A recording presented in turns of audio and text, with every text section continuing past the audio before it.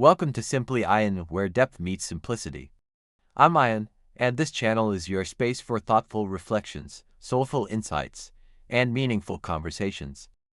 Whether we're exploring the mysteries of the human spirit, diving into philosophical questions, or just sharing life's quiet wonders, this is a place for seekers, thinkers, and kindred hearts.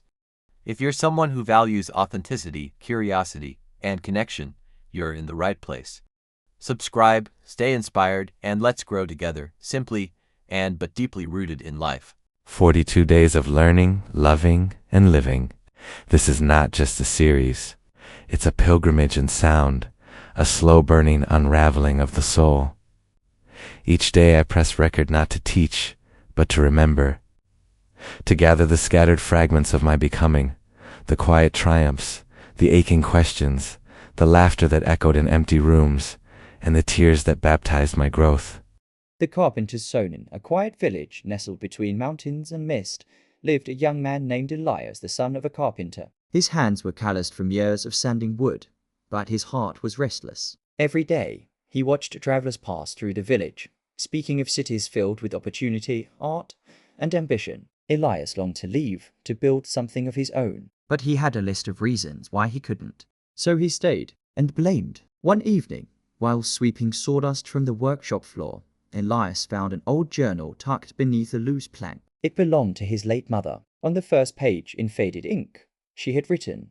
Elias froze. The words pierced through his excuses like sunlight through fog. That night, he wrote down every problem he had. Next to each one, he scribbled a solution, no matter how small. I didn't go to a good school.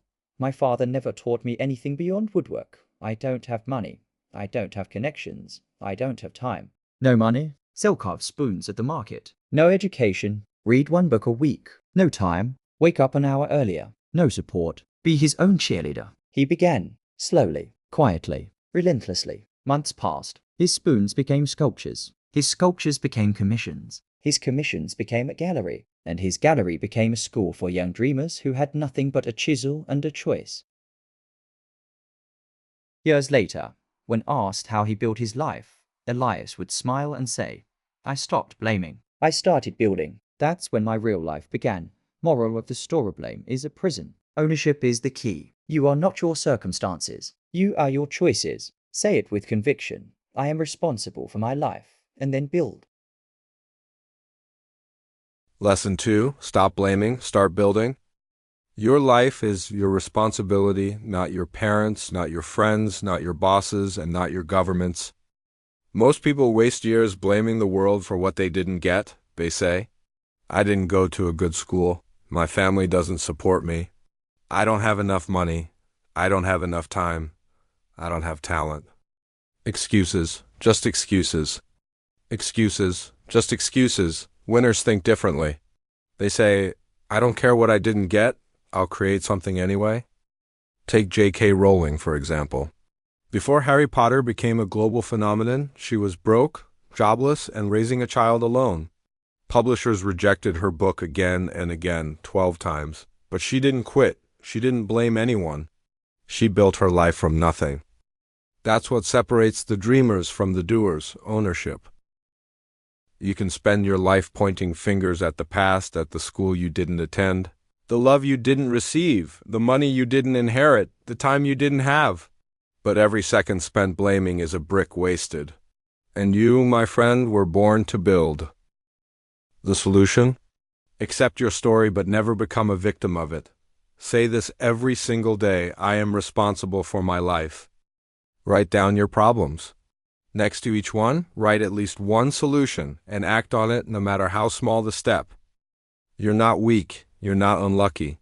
You're just not using your full power yet. The moment you stop blaming, you start building. And that's the moment your real life begins.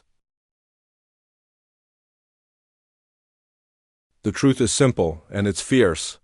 No one is coming to rescue you. No one is responsible for your rise but you. So take the pain, take the silence, take the rejection, and turn it into rhythm, into fire, into form. Build with what you have, even if all you have is breath and belief. Because the moment you stop blaming, you reclaim your power. You become the architect of your own becoming.